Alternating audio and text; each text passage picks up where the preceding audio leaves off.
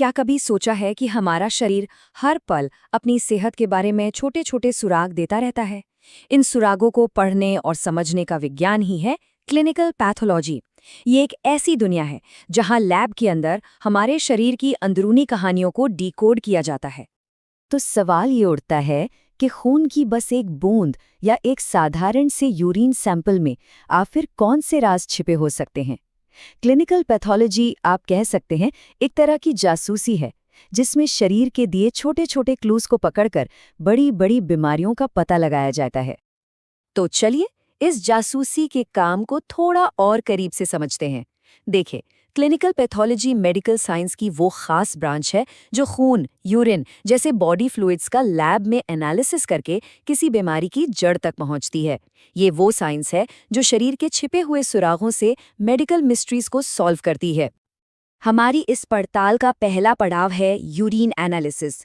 ये सबसे आम लैब टेस्ट्स में से एक है, लेकिन यकीन मानिए, ये हमारी सेहत का एक बिल्कुल साफ आईना दिखा सकता है। ये एक साधारण सा दिखने वाला टेस्ट बहुत कुछ बता सकता है। पैथोलॉजिस्ट इसमें ऐसी चीज़ों की तलाश करते हैं जो आम तौर पर यूरिन में होनी ही नहीं चाहिए। जैसे कि अगर यूरिन में शुगर मिल रही है तो ये डायबिटीज़ का संकेत हो सकता है।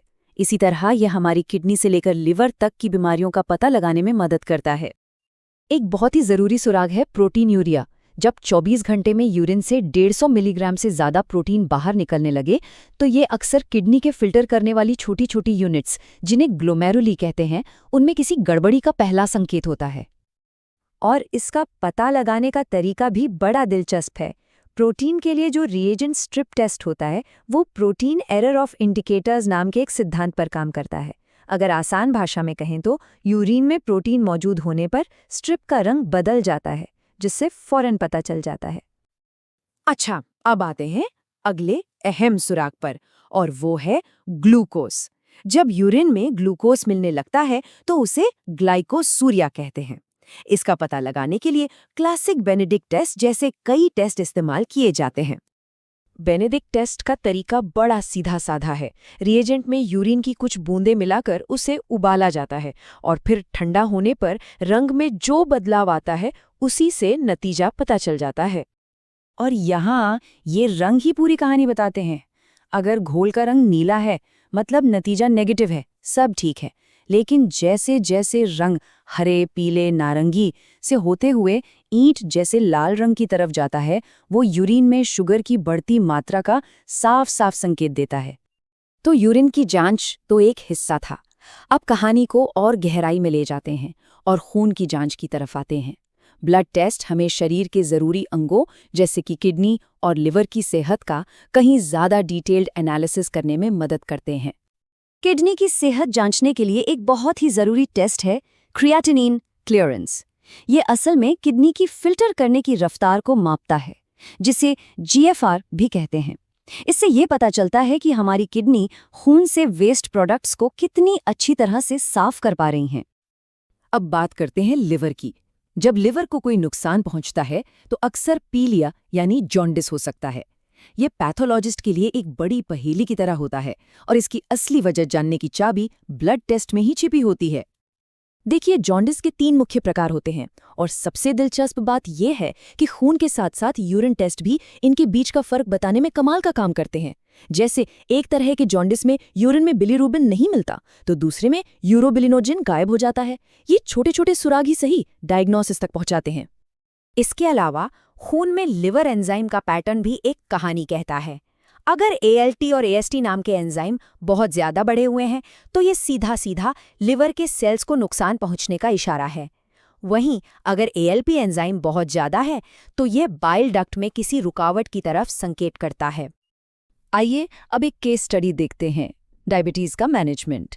ये एक बेहतरीन उदाहरण है कि कैसे क्लिनिकल पैथोलॉजी सिर्फ बीमारी का पता लगाने के लिए ही नहीं बल्कि उसके लॉन्ग टर्म मैनेजमेंट में भी रास्ता दिखाती है।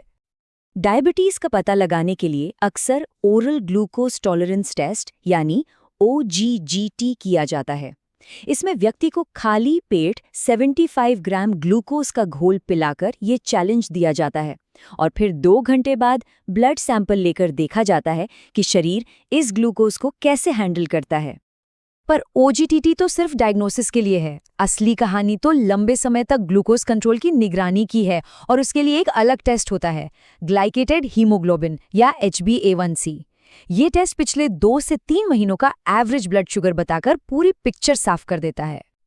और ये नंबर 7% से कम बहुत ज़रूरी है। लॉन्ग टर्म कॉम्प्लिकेशंस का खतरा कम करने के लिए HbA1c का टारगेट 7% से नीचे रखने की सलाह दी जाती है। डायबिटीज़ मैनेजमेंट का पूरा खेल इसी टारगेट को मेंटेन करने का है। पैथोलॉजी डायबिटीज़ की एक बड़ी कॉम्प्लिकेशन यानी किडनी पर होने वाले असर को भी ट्रैक करती है। ये सब धीरे धीरे होता है। शुरुआत होती है यूरिन में प्रोटीन की हल्की मात्रा से, जो समय के साथ बढ़ती जाती है। फिर किडनी की फिल्टर करने की क्षमता यानी GFR गिरने लगती है, और अगर इसे कंट्रोल ना किया जाए तो नतीजा किडनी फेलियर भी हो सकता है। तो अब तक हमने जो भी समझा वो तो इस फील्ड का बस एक छोटा सा हिस्सा है। चलिए अब पैथोलॉजी के इस जबरदस्त और विशाल टूलकिट पर एक नज़र डालते हैं। सच कहूं तो हमने बस सतह को खुरचा है। ये जो जासूसी का काम है, ये अनगिनत दूसरी बीमारियों पर भी लागू होता है, जिससे क्लिनिकल पैथोलॉजी पूरे मेडिकल फील्ड के लिए बेहद ज़रूरी बन जाती है। ज़रा इस पूरे टूलकिट की एक झलक तो देखिए। दिमाग के इन्फेक्शन की जांच से लेकर ब्लड ट्रांसफ्यूजन को सेफ बनाने तक, बोन मैरो की जांच से ब्लड कैंसर का पता लगाने से लेकर इनफर्टिलिटी के कारण समझने तक, और यहाँ तक कि खून की एक स्लाइड से मलेरिया को पकड़ने तक, इसका दायरा सच में बहुत बड़ा है। मतलब सिर्फ एक सैंपल से पैथोलॉजिस्ट वो पावरफुल जानकारी निकालते हैं जो हर दिन जाने बचाने वाले फैसलों में मदद करती है। ये साधारण से दिखने वाले सैंपल ही मॉडर्न मेडिकल प्रैक्टिस का आधार हैं।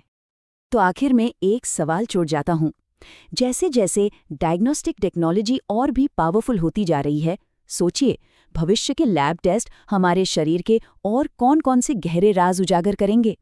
ये एक ऐसा सवाल है जो हमें मेडिकल साइंस के भविष्य के बारे में सोचने पर मजबूर करता है।